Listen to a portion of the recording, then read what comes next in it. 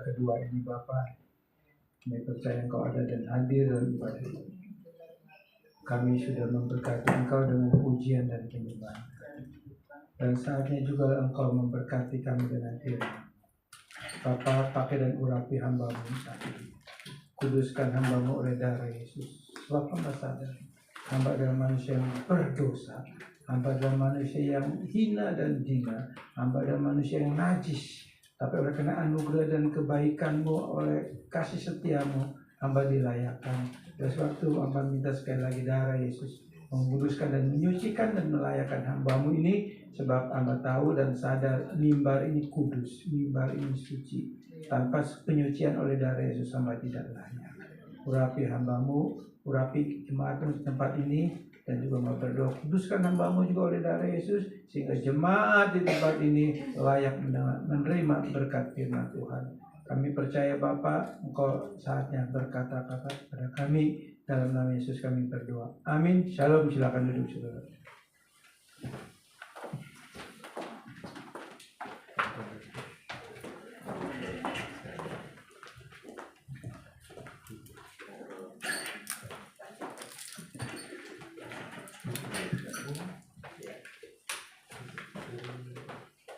Videonya mana ya?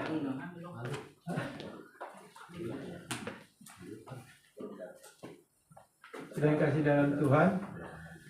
Kali ini kita akan bawakan firman dengan tema neraka dan sorga.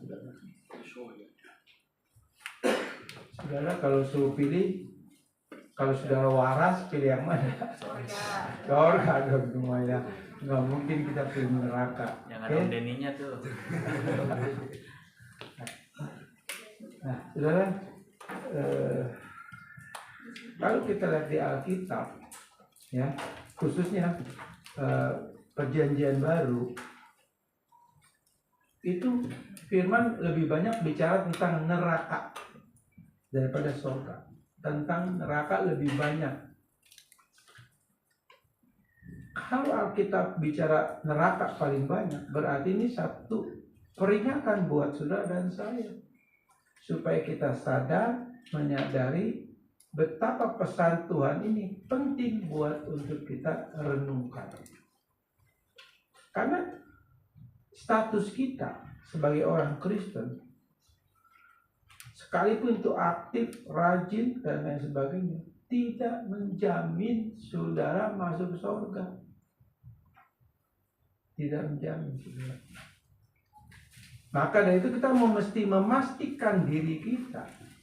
Apakah betul kita yakin kita sudah punya tiket ke surga?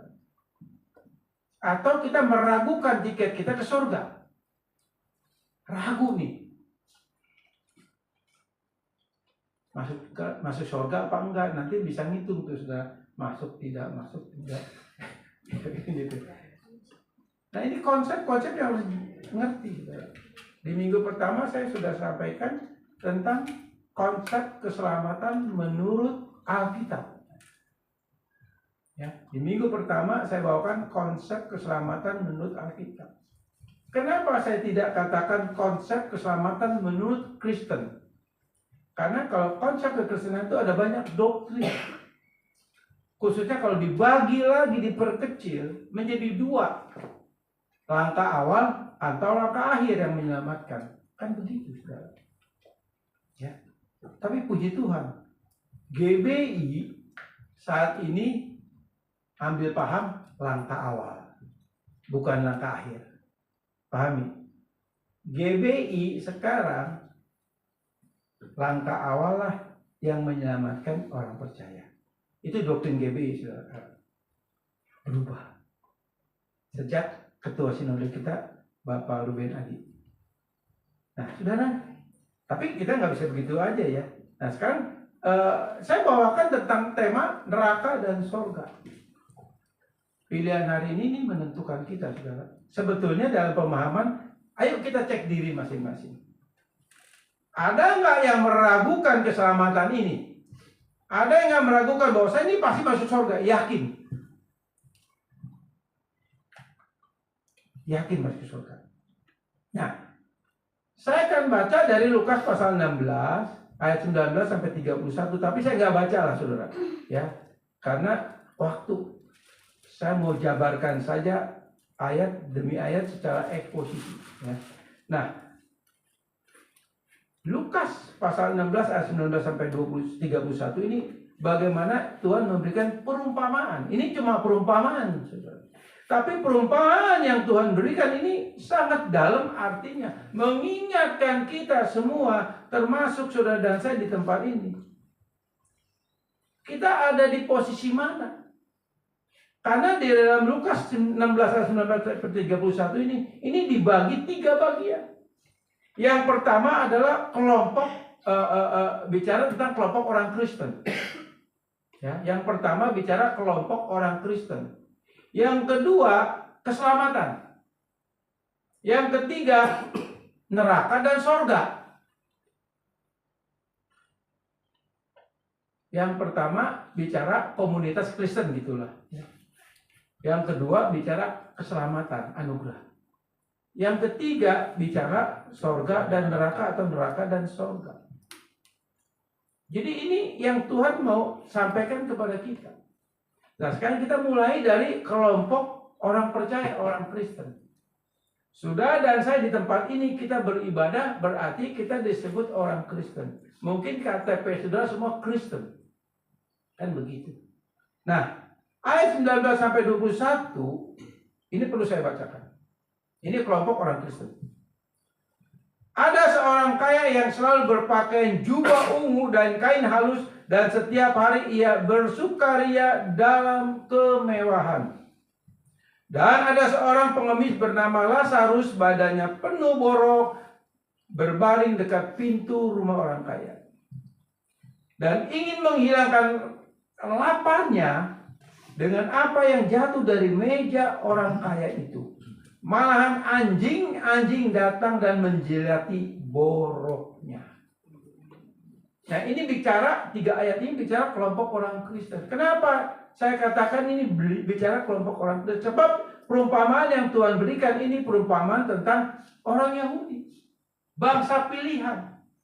Jadi si kaya juga bangsa pilihan, si Lazarus juga bangsa pilihan. Dan kita tahu bagaimana ketatnya bangsa Yahudi, hukum Taurat itu memperharuskan, memutlakkan semua orang-orang Yahudi atau orang Israel wajib datang beribadah ke bait Allah. Wajib, hukumnya wajib dan harus. Bahkan sehari 3 kali mereka berdoa mengarahkan kiblatnya ke bait Allah. Itu yang dilakukan oleh bangsa Israel saat itu.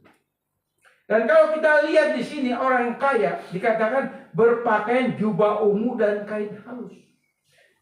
Jubah ungu atau warna ungu ini menjadi satu favorit buat orang Israel, khususnya orang-orang kaya. Sebab warna ungu itu melambangkan pertobatan dan pengorbanan. Melambangkan hati yang murni. Jadi si kaya ini mau menunjukkan dirinya adalah seorang yang hidup dalam pertobatan, seorang yang punya pengorbanan yang murni. Karena si kaya ini kalau berkorban, ya menebus dosa, kesalahan dan sebagainya, atau korban pendamaian bagi Allah, dia pasti bawa, nggak mungkin burung tekukur. Pasti dia bawa sapi, lembu.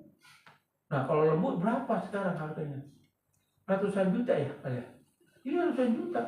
Kalau si Lazarus burung terkukur, burung emprit, paling paling 5.000. Karena memang aturannya begitu kan di dalam imamat kalau kita baca. Jadi si kaya ini pasti bawa lembu untuk korban, nyogok Tuhan, kan gitu saudara. Lo gede persembahan kan gitu. Jadi dia pakai baju ungu artinya melambangkan dia ini orang benar. Orang saleh, orang yang beragama, yang ketat menjalankan hukum Yahudi, hukum Taurat. Ini si kaya. Tapi kalau kita baca di sini, dikatakan apa? Setiap hari bersukacita, bersukaria dan dalam kemewahannya. Apakah orang kaya nggak boleh makan di tempat yang bagus, apa gimana? Boleh, nggak salah dan nggak dosa. Tapi kita lihat di bawahnya, ayat 20, dan ada seorang pengemis bernama Lazarus, badannya penuh dengan borok, berbaring dekat pintu rumah orang kaya itu. Lalu, dan ingin menghilangkan laparnya dengan apa yang jatuh dari meja orang kaya itu. Malah anjing di sini bicara si orang kaya ini pasti punya anjing gitulah intinya. Datang dan menjilati boroknya. Kalau kita baca di sini di mana si Lazarus menghilangkan laparnya, mengambil remah-remah. Berarti si orang kaya ini peduli nggak? Nggak peduli. Nggak peduli dia. Masa bodoh. Dia ini. Nah ini terjadi juga dalam perjamuan kudus di Jemaat Korintus. Jemaat Korintus, kalau kita baca 1 Korintus pasal 11, bagaimana Paulus menegur pada saat perjamuan kudus.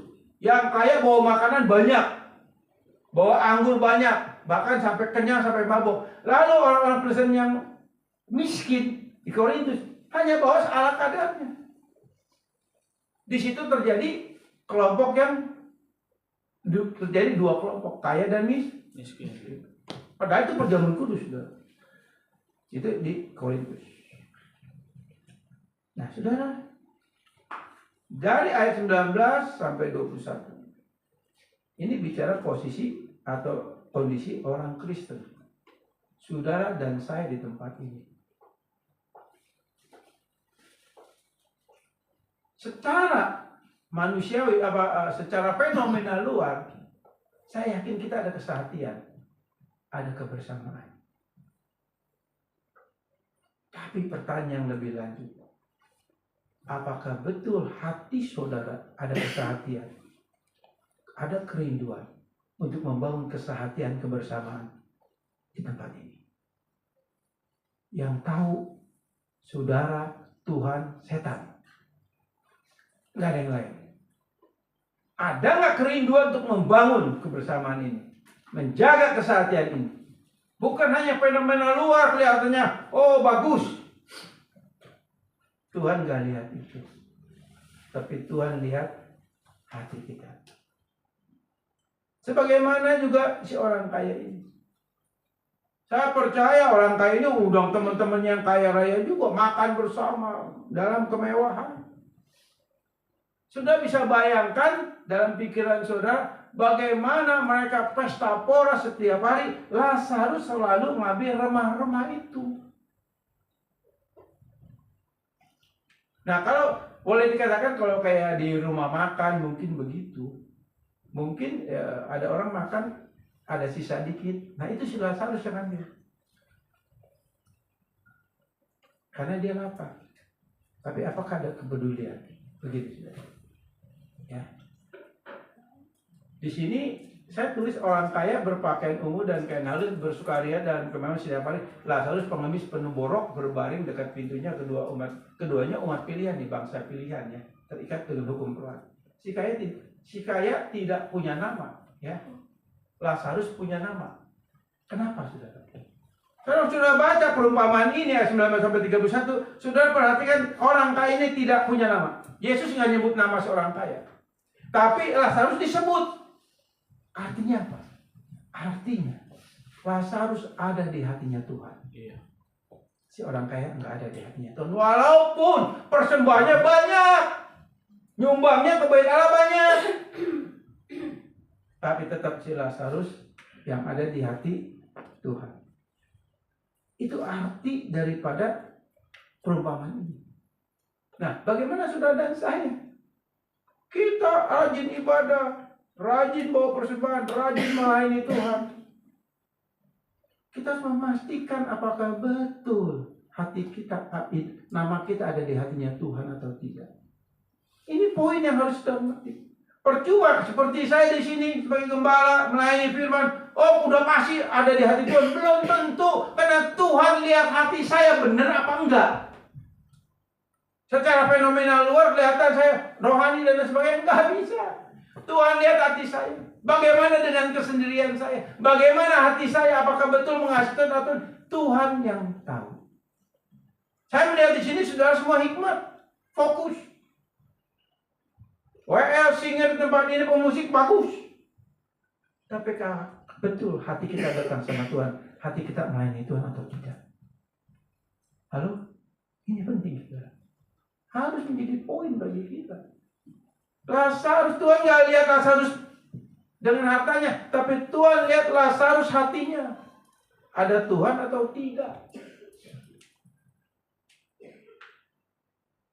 Jadi di sini dikatakan Lazarus nggak ada si orang kaya ini nggak ada nama, tapi Lazarus ada nama. Karena hati si kaya ini, walaupun secara lahir dia taat hukum Taurat dan sebagainya, melakukan ritual Taurat, hukum-hukum Taurat, tapi hatinya hanya ada dalam kemuliaan dunia, arti kemewahan. Apakah orang kaya orang Kristen tidak boleh kaya? Boleh, banyak duit boleh. Kalau punya pesawat pribadi juga nggak dosa. Tapi yang kita pakai itu apakah betul untuk kemuliaan Tuhan atau enggak? Itu yang masalahnya, saudara. Bukan yang lain. Ya, lanjut. Lukas 16 ayat 21. Tidak ada belas kasihan. Lazarus ingin menghilangkan laparnya dengan remah-remah yang di meja orang kaya, bahkan anjing menjilat perutnya. Si kaya tahu namun tutup mata. Tadi sudah dijelaskan. Berkat dari Allah dinikmati hanya untuk diri sendiri, keluarga, sahabat yang menguntungkan saja. Kan kalau si kaya begitu, saudara. Kelompok kaya sama kaya, pokoknya kalau makan bersama, pesta bersama, saling menguntungkan atau tidak. Di dalamnya tentu bicara bisnis dan lain sebagainya. Atau kalau ulang tahun tukar kado yang paling mahal, saling tukar kado dan sebagainya. Jelas sekali. Nah, nanti artinya di sini saya tulis berkat dari Allah. Ada kalimat berkat dari Allah dinikmati hanya untuk sendiri, keluarga dan sahabat yang saling menguntungkan. Nah, nanti saya akan jelaskan sudah di poin selanjutnya. Nah, di dalam poin ini ya, Matius 25 ayat 31 sampai 46 firman Tuhan katakan apa?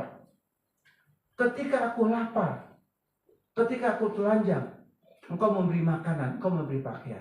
Lalu si orang percaya ini yang sudah masuk dalam kerajaan surga, Tuhan kapan aku memberikan engkau makan? Kapan aku memberikan engkau pakaian? Kata Tuhan apa? Ketika engkau melakukan mereka yang susah, mereka yang miskin, itu kau melakukan untuk aku. Itu jelas, Matius 25. Itu pun perumpamaan. Artinya mengingatkan saudara dan saya di sini bahwa dalam kehidupan kita sebagai orang Kristen, orang yang betul-betul percaya kepada Yesus, harus punya kepedulian terhadap saudara seiman kita yang susah.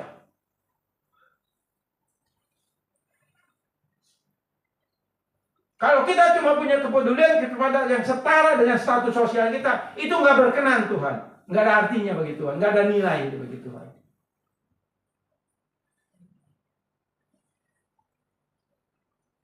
Saya udah ngomong sama Ibu Cahayong, ayo ini 2 amplop lagi nih, ini belum amplop misi ya. Nanti perlu ada amplop diakonia, amplop pembangunan. Kenapa? Amplop pembangunan karena kita masih punya utang ke Pak Sutiono dan ke Pak Hendy ya. Itu perlu sudah bayar utang. Nah, terus amplop diakonia. Kita sekarang harus bangun diakonia, saling melayani. Kalau ada saudara seiman kita yang perlu dibantu, kita bantu. Saling memberkati gitu. Nah, lalu di dalam Amsal 19 ayat 4, 6 dan 7 firman Tuhan katakan apa? Ya. Kekayaan menambah banyak sahabat, tetapi orang miskin ditinggalkan sahabat. Betul nggak? Betul nggak? Betul ya. Nah, puji Tuhan sudah sadar bertobat. Kekayaan menambah banyak sahabat, tetapi orang miskin ditinggalkan sahabat. Banyak orang yang mengambil hati orang dermawan, setiap orang bersahabat dengan si pemberi. Betul nggak? Ambil hati supaya dapat belas kasihan, dapat pemberian. Ya ambil hati lah itu, jilat atau gimana begitu ya. Orang miskin dibenci oleh semua saudaranya, betul nggak sih? Betul, nggak disukai. Lu datang minta utang, lu datang berarti ngerongrong dan lain sebagainya, itu pasti. Ya. Pada umumnya kan begitu.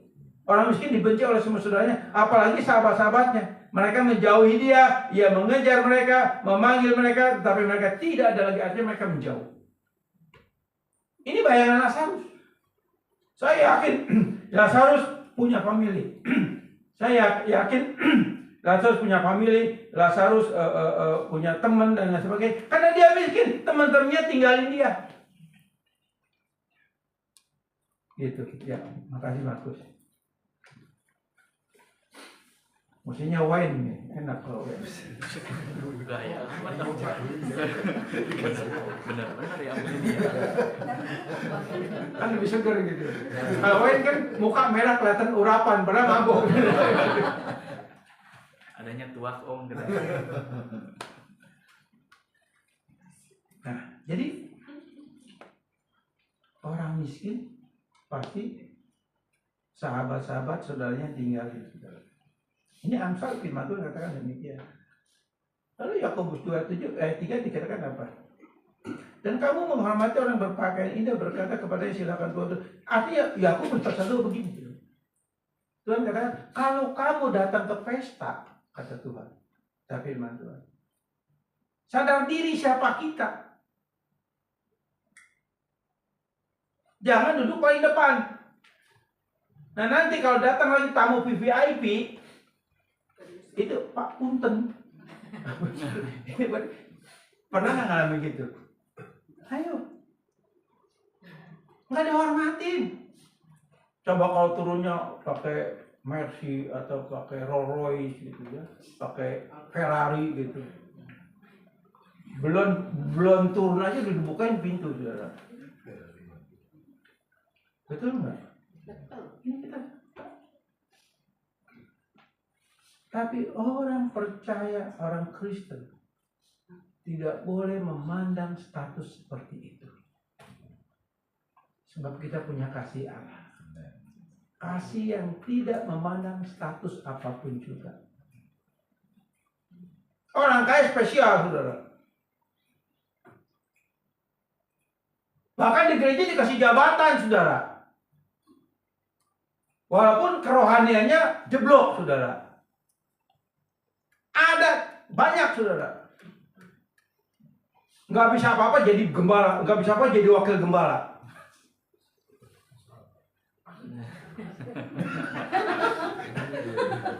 Loh, fakta, karena kaya.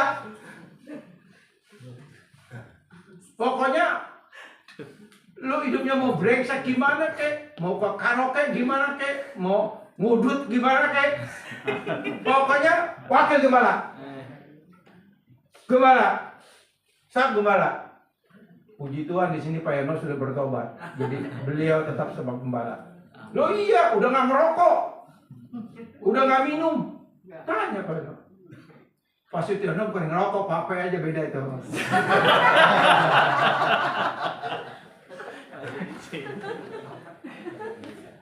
Nah, udah baik lagi, saya lupa tadi. Ya. Jadi Yakobus katakan, kalau kita miskin, tahu diri kita gitu. Tapi memang juga ada yang kurang ajar, orang miskin ada yang sombong, saudara. Nah itu yang bahaya, saudara. Nah itu yang perlu dijauhin, nggak boleh itu sombong. Udah miskin sombong, lu kan begitu. Jadi kalau orang miskin tahu diri lah. Nah, saudara, di sini si kaya tahu tutup mata, berkat Allah dinikmati hanya untuk sendiri dan keluarga dan sahabat. Nanti ini akan bersinggungan, saudara ya. Saya akan jelaskan itu. Lanjut. Lukas 16:22 sampai 23. Kematian yang berbeda. Lazarus mati dibawa malaikat ke pangkuan Abraham, diselamatkan karena imannya. Orang kaya juga mati dan dikubur, namun menderita sengsara di alam maut, di neraka. Ia memandang bukan melihat Abraham dan Lazarus dari jauh. Nah, saudara, kita sekarang masuk poin 2. Tadi status orang Kristen ayat 19 sampai 21 itu. Jadi orang Kristen itu ada dua orang Kristen, yang kaya dan yang miskin. Tapi orang Kristen yang kaya yang takut Tuhan juga banyak, saudara. Di sini orang kaya di sini semua takut Tuhan, jadi aman, saudara. Ya, gitu. Ini saya bicara orang kaya yang di sono, saudara. Ya mungkin di sebelah kiri kanan depan belakang ada gitu, saudara. Ya. Nah, kan kita masuk ke poin 2 tentang anugerah keselamatan ayat 22. Kemudian matilah orang miskin itu, lalu dibawa oleh malaikat ke pangkuan Abraham. Sudah perhatikan enggak? Ayat 22 dikatakan kemudian matilah orang miskin itu. Kenapa enggak disebut Lazarus? Sedangkan di ayat 21 dikatakan ayat 22, ayat 20, ayat 20 dikatakan bahwa Lazarus orang miskin itu. Tapi di ayat 22 dikatakan kemudian matilah orang miskin itu. Enggak ada nama, saudara. Perhatikan. Nah, secara teologisnya kita harus tahu ini apa artinya. Ilustrasi. Kemudian matilah orang miskin itu. Bukan kemudian matilah Lazarus. Enggak. Nah, kata matilah orang miskin itu artinya apa? Artinya semua orang percaya itu kematiannya berharga di mata Tuhan. Orang percaya. Jadi nggak perlu lagi mewakili si A si B. Orang percaya yang pada itu percaya yang sudah terima anugerah iman, otomatis dia menerima anugerah keselamatan. Itu nggak perlu lagi disebut namanya sebab namanya sudah ada di hatinya Tuhan. Nah, poin 22 ini poin penentuan menuju kepada ayat 23 sampai 31 sorga atau neraka, neraka atau sorga. Ayat 22 ini penentuan daripada kita mau masuknya kemana nih? Ke neraka apa ke sorga? Penentuannya di ayat 22. Ini penentuannya. Ayat 22. Nah, saudara, poin ini penting. Saya harus bacakan, saudara. Saya jelaskan tentang keselamatan itu sendiri. Bahwa poin 22 ini, ayat 22 ini bicara anugerah keselamatan. Nah, saudara, anugerah keselamatan atau keselamatan itu adalah anugerah. Alkitab mencatat dengan jelas. Anugerah pertama kita menerima kelahiran baru. Nah, itu roh kita yang mati dilahir baru kan dihidupkan kembali di mana Roh Kudus manunggal dengan roh kita. Anugerah yang kedua kita menerima apa? Menerima anugerah keselamatan dan iman. Efesus 2 ayat 8 firman Tuhan katakan apa? Oleh karena kasih karunia kamu diselamatkan. Enggak titik tapi oleh iman. Berarti anugerah kedua kita terima anugerah keselamatan, iman dan pertobatan. Itu anugerah. Kalau anugerah dalam konteks bahasa aslinya itu Allah memberikan secara cuma-cuma 100% diberikan dalam kedaulatannya Allah. Artinya apa? Saudara dan saya menerima anugerah keselamatan secara 100% Allah yang memberikan dan secara konsekuensi, secara ilahi Allah bertanggung jawab untuk itu. Cuma masalahnya, saudara udah terima belum anugerah ini? Itu yang penting. Karena anugerah itu bukan kita yang cari, Allah yang memberikan kepada kita. Bukan kita yang minta. Karena Roma pasal 3 dikatakan apa? Tidak ada seorang pun yang mencari Allah. Allah yang benar. Artinya Allah yang harus mengajak berdamai dengan kita. Ini anugerah. Nah, saudara, saya mau jelaskan. Karena waktu khotbah Pak Hendi, itu yang perlu saya luruskan. Kenapa perlu saya luruskan? Karena ada poin-poin yang abu-abu, saudara. Dan di dalam kebenaran firman Tuhan, apalagi tentang doktrin keselamatan, itu nggak boleh abu-abu, saudara. Ya atau tidak, selamat atau tidak, titik. Karena firman Tuhan di dalam Roma pasal 5 berkata apa? Kebenaran itu cuma satu, nggak ada dua. Jadi artinya apa? Kebenaran atau bidat. Itu Roma pasal 5, firman Tuhan katakan demikian. Nah sekarang kita nggak bisa ada di abu-abu. Nggak ada di tengah-tengah. Surga, neraka. Itu poin yang harus kita pahami, saudara. Sekali lagi untuk kita masuk surga dan neraka, itu bukan karena statusnya pendeta, wakil gembala, staf gembala, pelayan Tuhan. Tidak. Tapi anugerah, iman. Nah, ini yang harus saya jelaskan. Begini, saudara. Di dalam Filipi pasal 2, ya.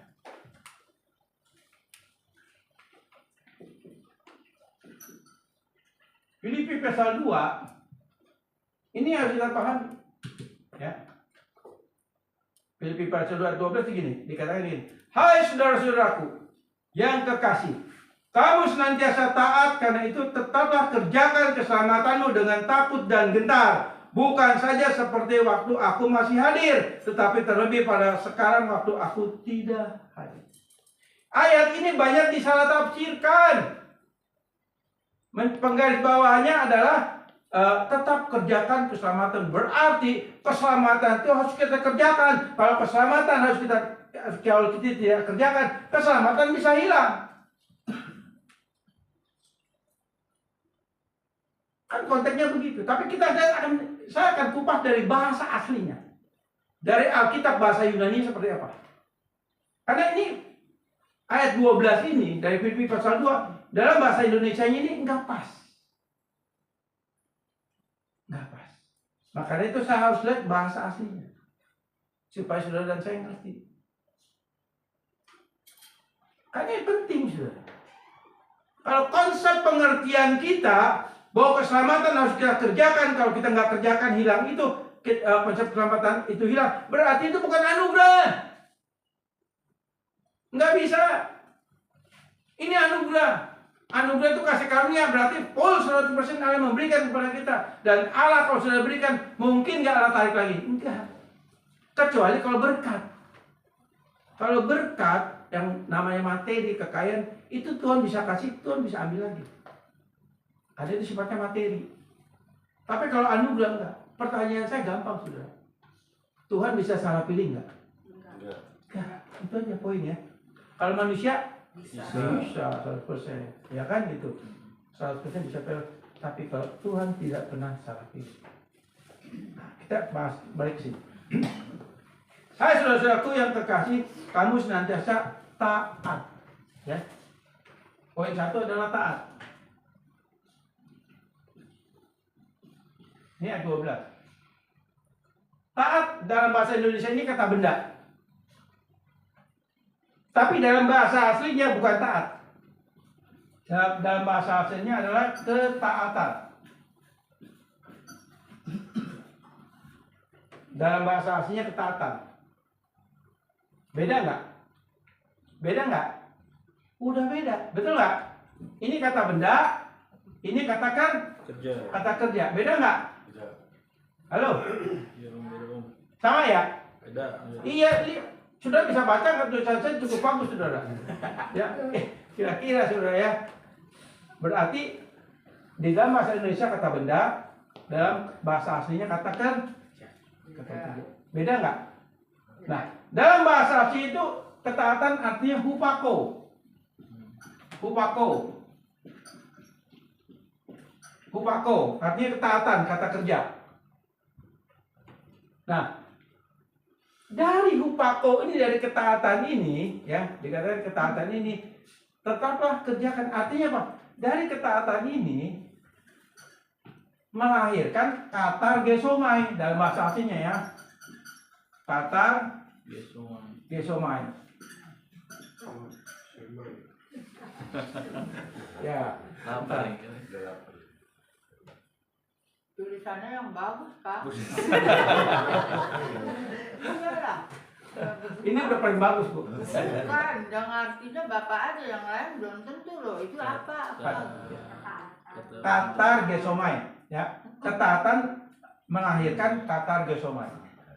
Ketaatan sini kata kerja disebut hupako, melahirkan katar gesomai, artinya mengerjakan keselamatan. Jadi kata mengerjakan keselamatan ini bicara apa?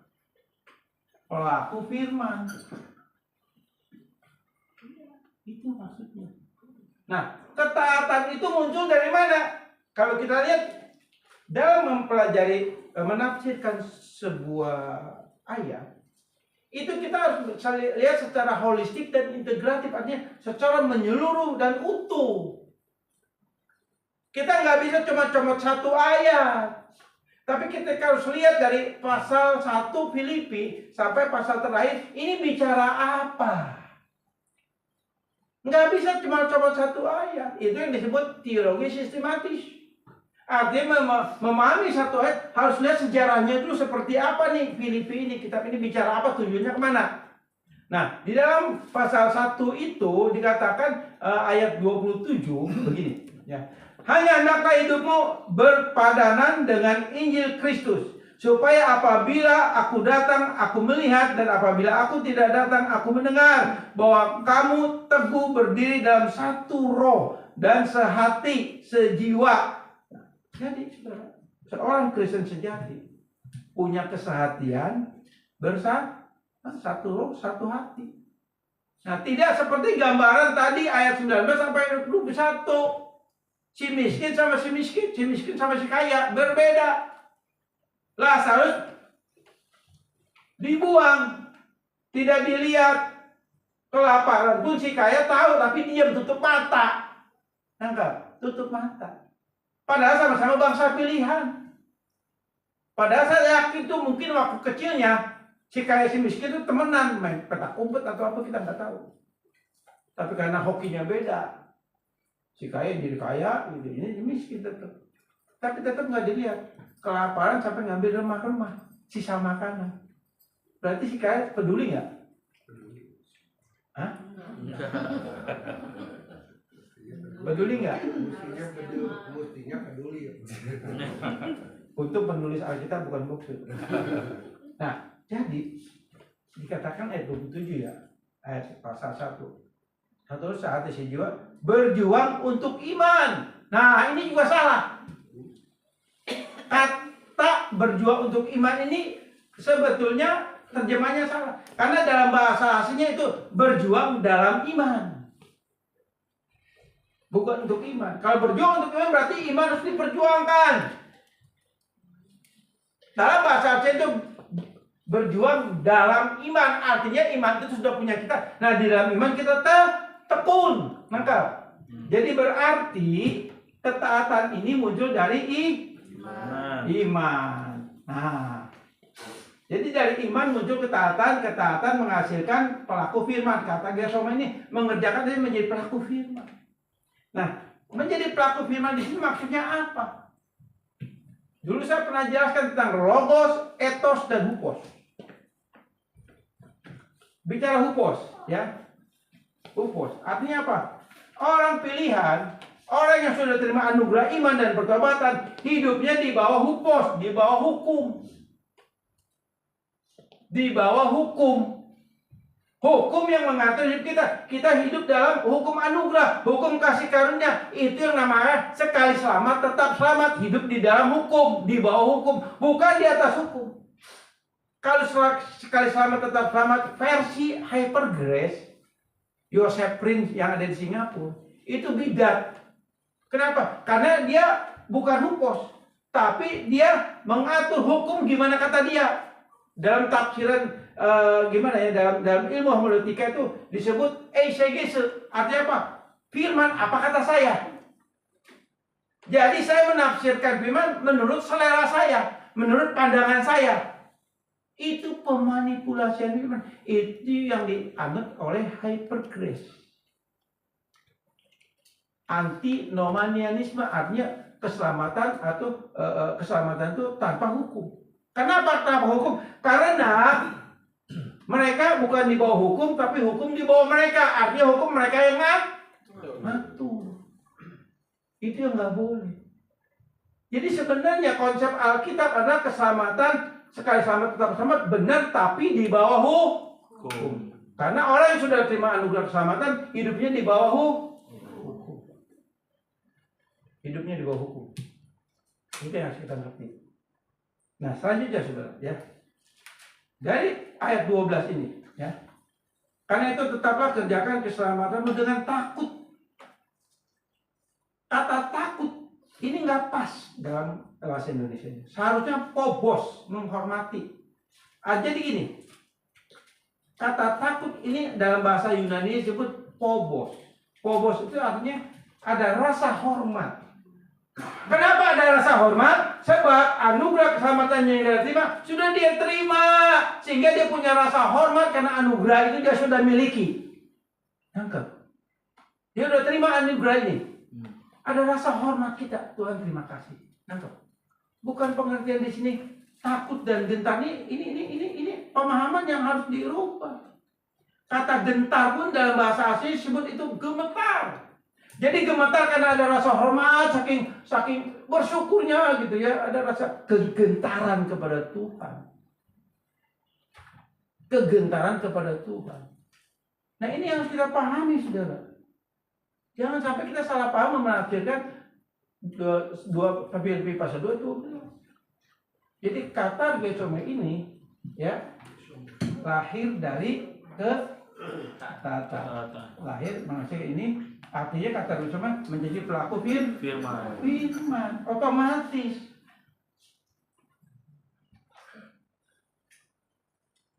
Nah, selanjutnya saudara, ayat 13-nya gini.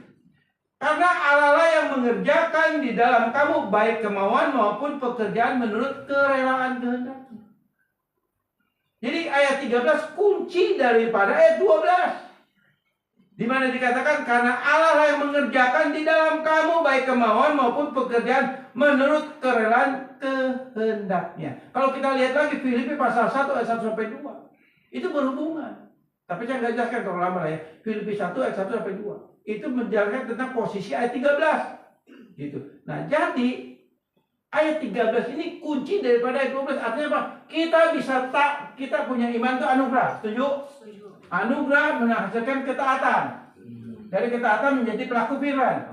Ini yang ngerjakin siapa? Yang mengerjakan Roh Kudus. Udah, ada lagi. Roh Kudus yang memberikan kerinduan buat kita, tanggung jawab buat kita untuk kita jadi pelaku firman. Itu pasti. Tanpa Roh Kudus kita nggak mungkin jadi pelaku firman. Nggak mungkin. Karena Roh Kudus kita jadi pelaku firman. Saudara, natur daging kita ini ya nggak suka firman. Natur daging kita ini nggak mau jadi pelaku firman, malah nggak benci firman, nggak suka firman. Itu natur daging kita. Kita bisa jadi pelaku firman dari imannya ada di mana sih? Ada di roh kita. Iman ada di roh kita, tapi rumah iman ada di jiwa kita.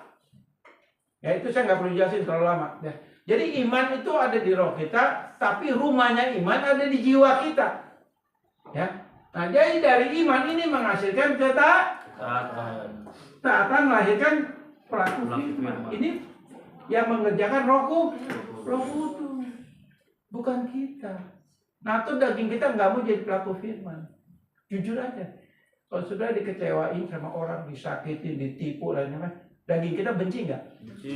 Suka nggak? Tapi ada Roh Kudus yang terus menggerakkan kita untuk mengampuni, memberkati. Setuju nggak? Setuju. Itu. Ya, jadi kita harus pahami ini. Clear ya? Aman. Ya. Aman-aman kan? Kan kemarin nggak dibahas, Om.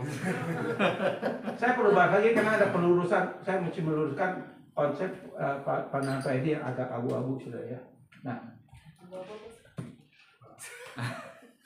Beda. Abu-abu. Dia kan cuma ada dua. Iya kan abu-abu nggak ada. Yohanes, ini dulu saya jadi lupa nih. Yohanes pasal 15 ayat 4. Ini saya perlu jelasin juga karena penjelasan Pak Edi juga sedikit menyimpang sudah ya. Saya terpaksa lakukan ini supaya jemaat sudah ngerti sudah ya. Saya punya tanggung jawab sebagai gembala tempat ini sudah. Bukan berarti saya katakan Pak Edi itu ini ya, pokoknya intinya saya mau meluruskan. Nggak ada masalah apa-apa saya dengan Pak Edi. Yohanes 19 ayat 4. Tinggal di dalam aku di dalam kamu. Sama seperti ranting tidak dapat berbuah dari dirinya sendiri kalau ia tidak tinggal dalam pokok anggur. Demikian juga kamu tidak berbuah jikalau kamu tidak tinggal di dalam aku. Kata tinggal itu dalam bahasa aslinya disebut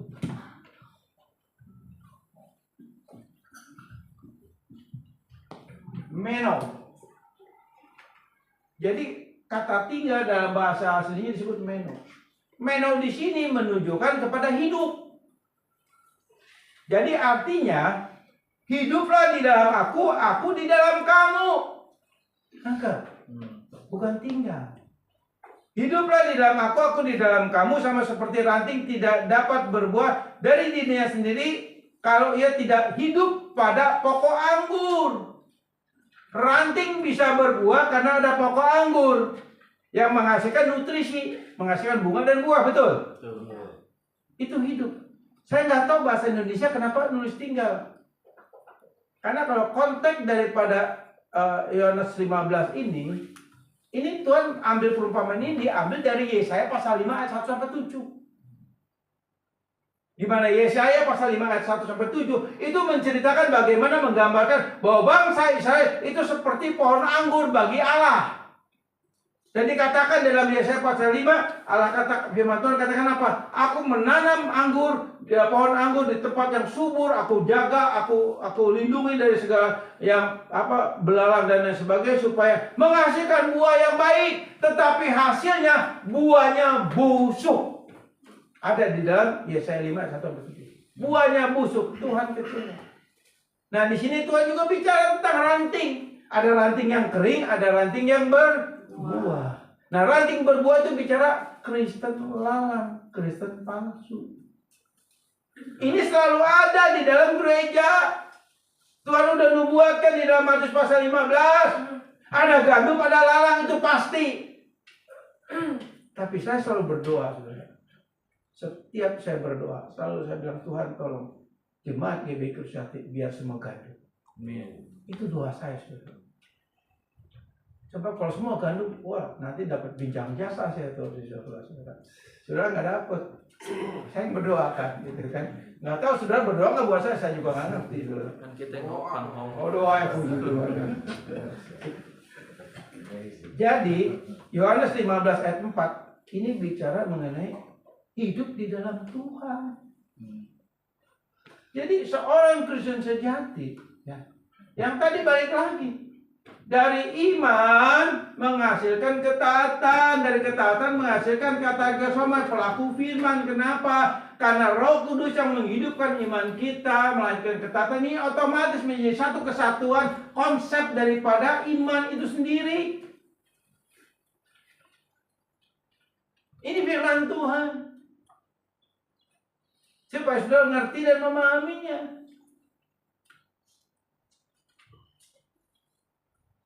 Nangkep ya? Oke. Sekarang kita lanjut, saudara. Lanjut. Ayat 24 sampai 25. Seruan dan jawaban Abraham. Orang kaya meminta setetes air melalui Lazarus, masih berani meminta sifat dosa kebal. Nah, sudah kalau kita di sini, ya, di dalam ayat yang ke-24, ya. Ayat yang ke-24 kita baca, ya. Lalu si orang kaya ini ya berseru kepada katanya, Bapak Abraham, kasihanilah aku, suruhlah Lazarus supaya ia mencelupkan ujung jarinya ke dalam air dan menyejukkan lidahku sebab aku sangat kesakitan dalam nyala api ini. Ini bicara mengenai posisi orang kaya yang udah masuk neraka, saudara, ya. Kalau kita lihat di sini, ini kurang ajar, si kaya udah masuk neraka masih merintah Abraham, saudara. Nyuruh Abraham kan, suruh Lazarus datang kasih air, ini aus nih, gitu kan. Di neraka, saudara. Nggak ada jus tuh, nggak ada ramen tuh, nggak ada. Kalau di surga ada nanti jus sama ramen, nggak ada. Di neraka nggak ada. Tapi di sini kalau kita lihat kurang aja, orang kaya ini masih nyuruh. Udah mati, udah masuk neraka masih nyuruh. Nah ini banyak saudara di gereja, nggak punya kemampuan, tapi kaya banyak duit, ngatur, gembala diatur, gereja diatur. Hati-hati saudara. Sehingga akhirnya kita cuma punya ruko satu. Baru baru. Oh, baru amin ini.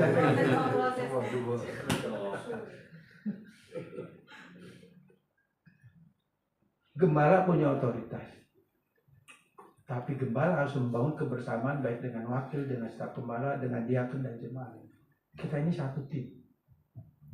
Jadi di sini konsep saya adalah semua punya suara yang sama, punya hak yang sama. Duduk sama apa? Duduk sama rendah, berdiri sama tinggi. Udah. Nggak ada bos di sini. Malah saya, Pak Hendi, Pak Yono, kacungnya saudara. Kita ini hamba loh saudara. bukan bos. Saya, Pak Edi, Pak Eno ini bukan bos di sini, pelayan. Kapan saja sudah minta pelayanan kita, kita siap. Hamba, kacung, dulos dalam bahasa aslinya.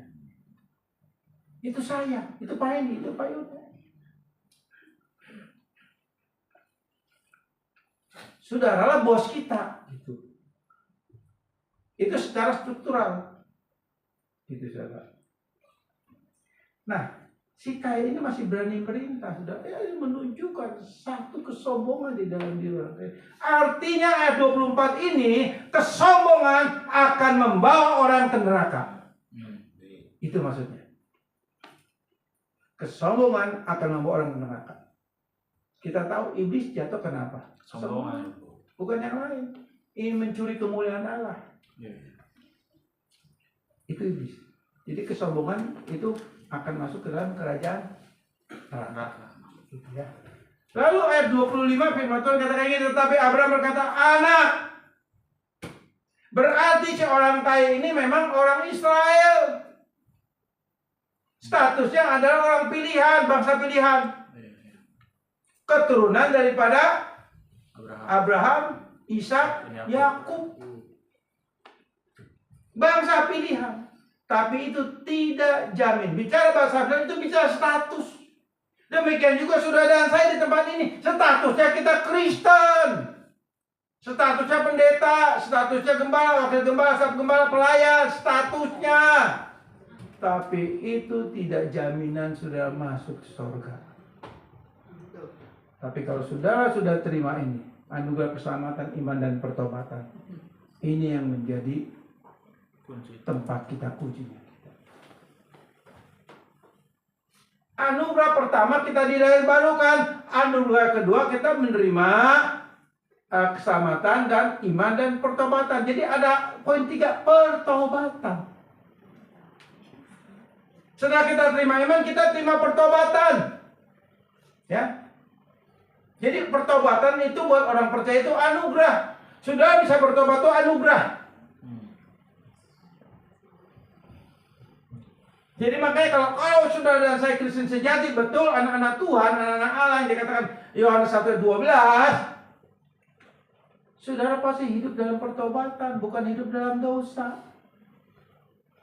Ada pertobatan yang terus terjadi. Yang tahu saudara hidup dalam pertobatan atau hidup dalam dosa cuma saudara, Tuhan, setan. Nggak ada yang lain. Coba pikirin. Jadi kita bisa bertobat itu anugerah. Yang namanya bertobat tidak akan mengulangi dosa yang sama.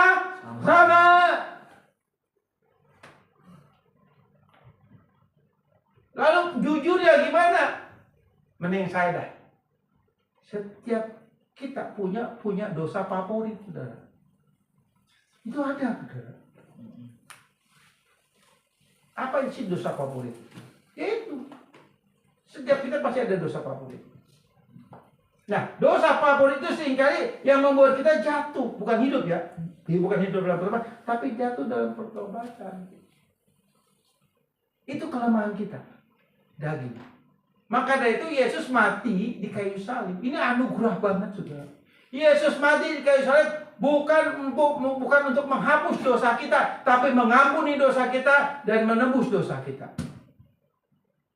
Dosa kita nggak dihapus, saudara. Kalau saudara mau dihapus dosa saudara, minta hari ini mati. Itu baru dihapus. Karena tubuh daging kita ini akan mengalami kematian. Itu namanya kembali ke tanah dan debu. Itu baru dosa kita dihapus.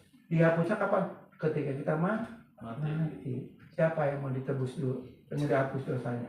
Saya doain, saudara. Serius, saudara. Hah? Mati dong. Iya, mati. Jadi Tuhan mati di kayu salib untuk menebus dosa dan mengampuni dosa. Hapus dosa nanti. Pas dikubur baru Tuhan dosa kita dihapuskan. Nanti itu mah berkat yang terakhir. Ya, oke.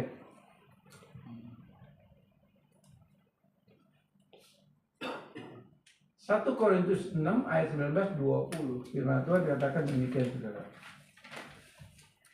Atau Atau tidak tahukah kamu bahwa tubuhmu adalah bait Roh Kudus yang diam di dalam kamu, Roh Kudus yang kamu peroleh dari Allah, dan bahwa kamu bukan milik kamu sendiri, sebab kamu telah dibeli, harganya telah lunas dibayar. Karena itu muliakan Allah dengan tubuhmu. Sudah percaya nggak ini? Halo? Ya. Percaya nggak hidup saudara? Dikatakan atau tidak tahukah bahwa tubuhmu bait Allah? Percaya nggak tubuh kita rumah Tuhan? Saya. Saya tuh bertahu. Yakin? Yakin. Ya, benar. Nah, Om. Yakin? Saya. Oh, kan. Aku masih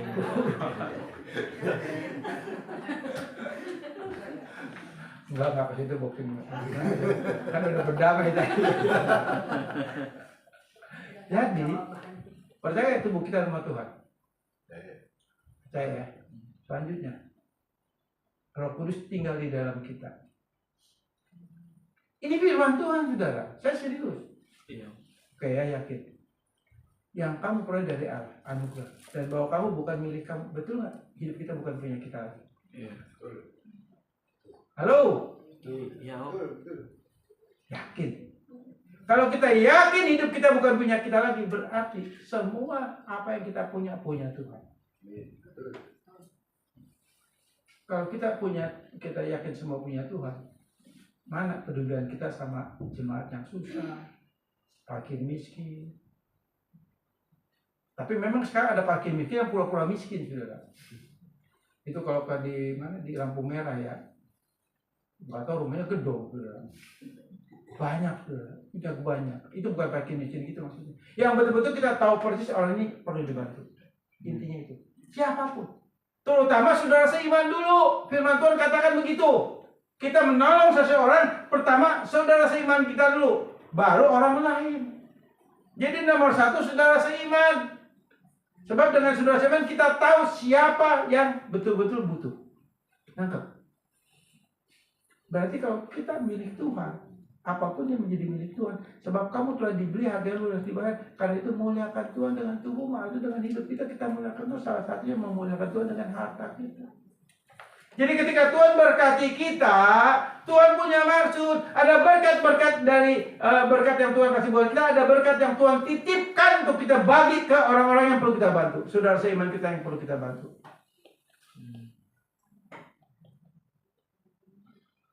Mulai dari mana? Saudara seiman. Saudara seiman mulai dari mana? Yang terdekat. Keluarga, anggota gereja, tetangga. Harus. Itu harus. Kayak Pak Markus buka pabrik. Yang kerja tetangga ya, dikenal. Nah itu benar. Itu harus dirangkul. Jadi berkat. Mana kalau perlu tiap Jumat tuh ada ibadah. Loh. Ada ibadah. Mesti itu. Ada ibadah ya. Oke. Nah. Lalu Amsal 14 ayat 20 firman Tuhan katakan demikian. Juga oleh temannya orang miskin itu dibenci, tetapi sahabat orang kaya banyak. Betul nggak? Orang miskin mah nggak disukain, ditolak, dijauhin. Takut nyusahin katanya, Om. Ya, itu nyusahin kan gitu. Orang kaya mah waduh dideket-deketin, bari jam orang kaya cuek ya pokoknya mah dicium tangannya dah gitu kan. Ya. Siapa menindas orang lemah menghina penciptanya. Jadi ketika saudara mendiskreditkan orang miskin, memandang sebelah mata pada mata saudara dua ya, bukan di sebelah mata. Matanya enggak tahu satu mata. Artinya saudara sama juga menghina Tuhan. Iya. Menghina Tuhan. Makanya saya berharap di sini. Ayo kita ini amplop bukan misi aja. Diakonia dan pembangunan. Agar semua hidup. Begitu, ya.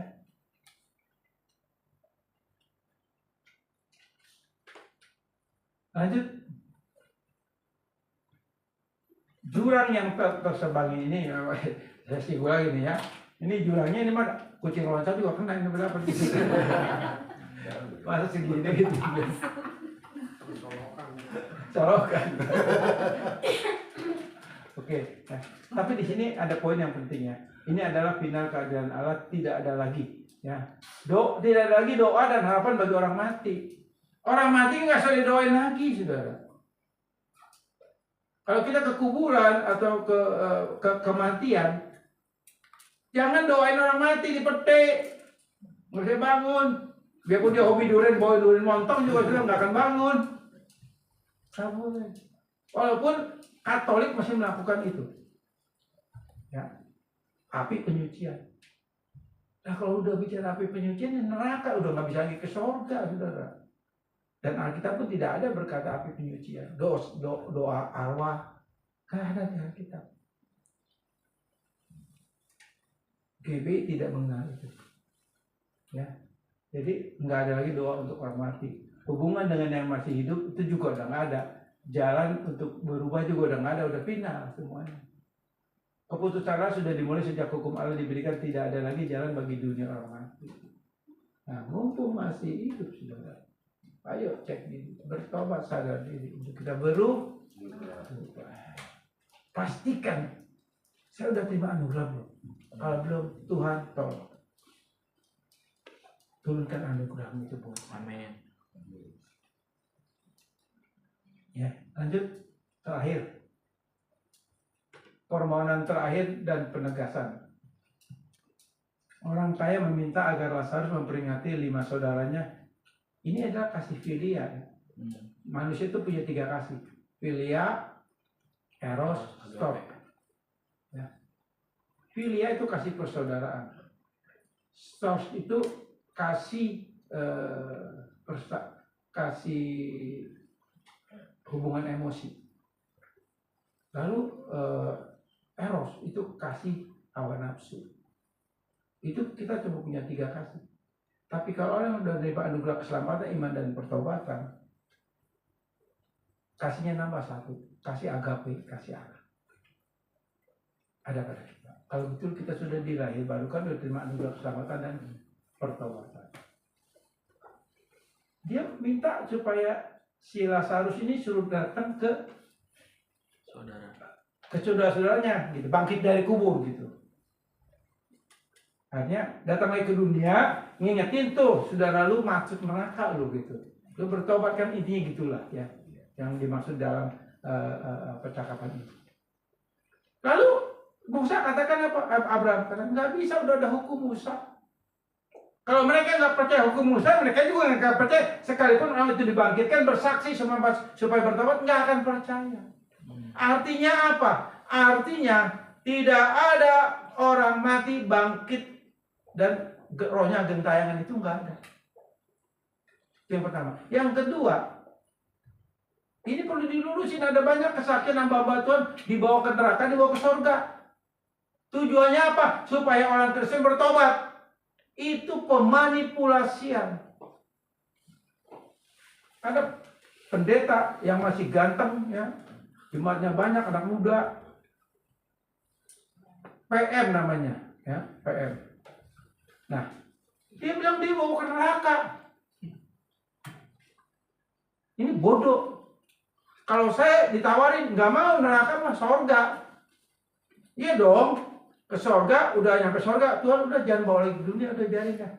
Udah di surga aja udah enak, udah jamin. Lalu ini dibawa ke neraka. Lalu keluar dibawa lagi ke dunia supaya pada bertobat. Itu pemanipulasi yang tidak sesuai firman Tuhan. Itu pembohongan besar. Karena nggak sesuai kita. Bahkan sekarang videonya nggak tahu dihapus apa enggak tuh. Itu jahat sekali, saudara. Itu cara-cara iblis untuk menyesatkan banyak orang. Karena firman Tuhan udah jelas katakan, ya. Dikatakan apa? Kata Abraham, kata firman Tuhan, sekalipun orang mati dibangkitkan bersaksi tidak akan bertobat, karena kesaksian Injil itu udah ada sekarang. Nah, saudara, saya masih hidup saat ini, masih sehat. Oke, ayo sungguh-sungguh di dalam Tuhan, respon firman Tuhan, setia kepada Tuhan. Respon firman Tuhan, jadikan firman Tuhan menjadi hupos. Artinya hukum firman Tuhan itu ada di atas kita. Kita di bawah hukum. Hiduplah di bawah hukum. Biar hukum yang mengatur dan menentukan hidup kita. Kata gesomai artinya taat, menjadi pelaku firman di bawah hukum hupos. Yohanes 15 ayat 4 dikatakan apa? Cabang nempel ke pokok anggur sehingga ada kehidupan. Jadi Yesus hidup di dalam kita, kita hidup di dalam Yesus. Artinya akan melahirkan kehidupan. Nah, sudah yang kasih dalam Tuhan. Firman tidak saya panjangkan. Satu hal yang sudah perlu pahami di sini. Ayo kita lihat. Yakin nggak kita jadi orang pilihan? Yakin nggak kita udah terima anugerah keselamatan? Yakin nggak sekarang kita ada kepedulian hati untuk memperhatikan saudara-saudara kita? Dimulai dari keluarga, terus ke saudara seiman, terus ke tetangga kita kiri kanan. Ada nggak yang perlu kita bantu? Ada kepedulian.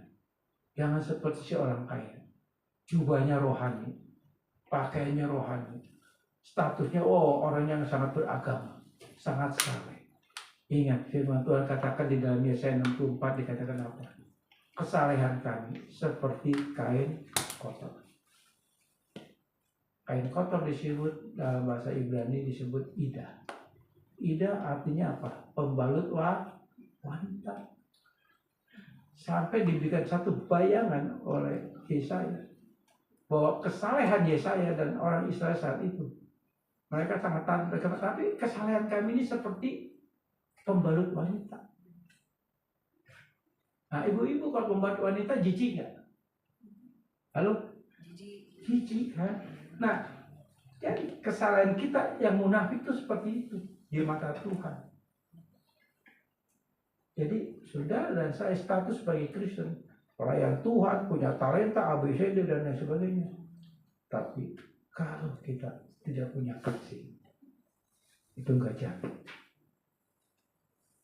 Itu bukti kita Kristen palsu. Kristen sejati punya kepedulian. Buahnya apa? Sudah pasti nama kita tertulis dalam buku doa. Saya undang pemusik berbaca.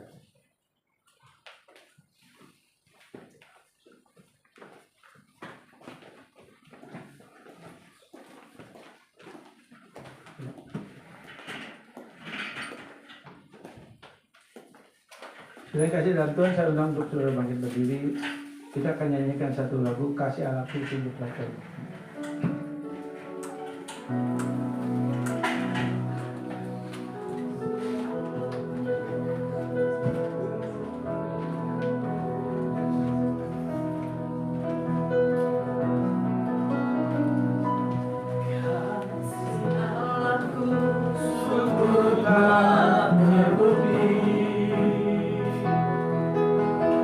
Ketika dia serahkan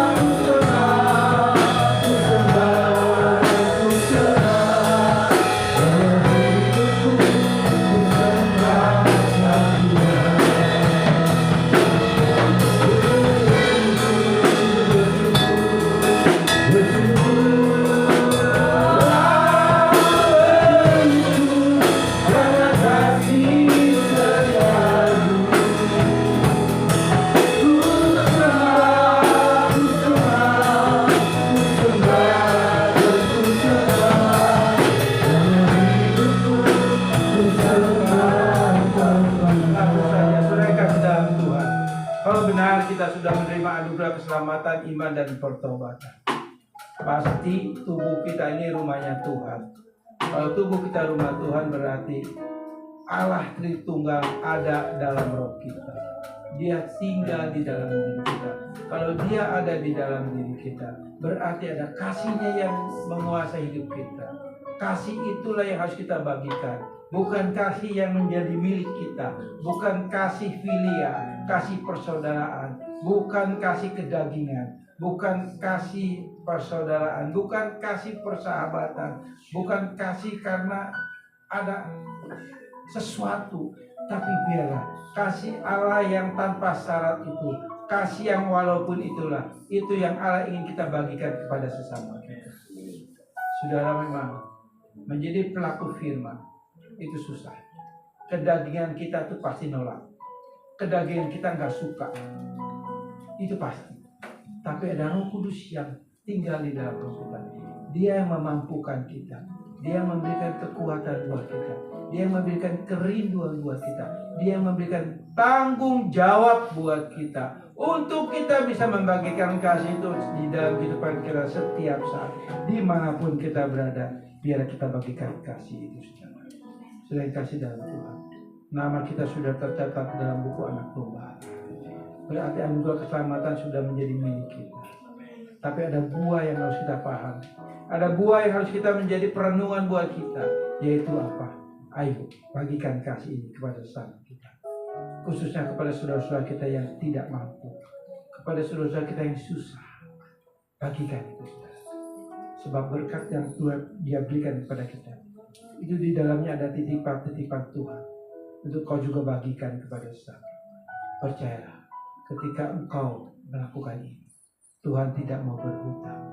Firman Tuhan berkata, ketika kita memberikan kepada mereka yang susah, kita sedang memberikan utang kepada Tuhan, memiutangi Tuhan. Itu firman Tuhan katakan. Jadi ketika kita memutang ulang Tuhan, saya percaya Tuhan akan segera bayar. Tuhan akan segera lunasi itu. Tidak apa yang kau takut, kau akan tuai.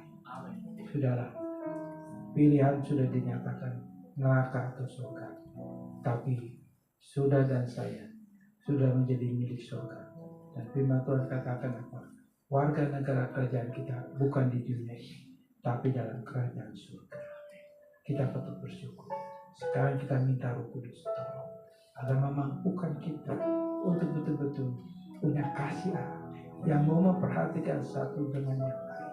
Percaya saudara, Tuhan tidak buta. Tuhan punya kuping. Tuhan melihat. Mari saudara, di mata Tuhan semua sama. Ada keistimewaan buat kita ketika kau diberkati, untuk kau jadi berkat juga. Saya jamin saudara, sesuai firman Tuhan, ketika kau menabur pada tempat yang tepat, taburanmu itu akan menjadi pohon berkat juga bagi kamu. Tuhan tidak pernah lalai menepati janji. Mari kita bangkit sama-sama. Kita ikrarkan kasih Tuhan, bagikan kasih Tuhan, sehingga mulai dari hidup kita, dari rumah tangga kita, dari keluarga kita, dan dari gereja ini mengalir kasih Allah dalam kehidupan kita, sehingga orang melihat ada Yesus dalam hidup kita, ada Yesus dalam keluarga kita, ada Yesus dalam usaha pekerjaan kita, ada Yesus dalam gereja ini. Mari dengan lagu ini sebagai bentuk ikrar kita kepada Tuhan bahwa kasih-Nya nyata bagi kita. Haleluya.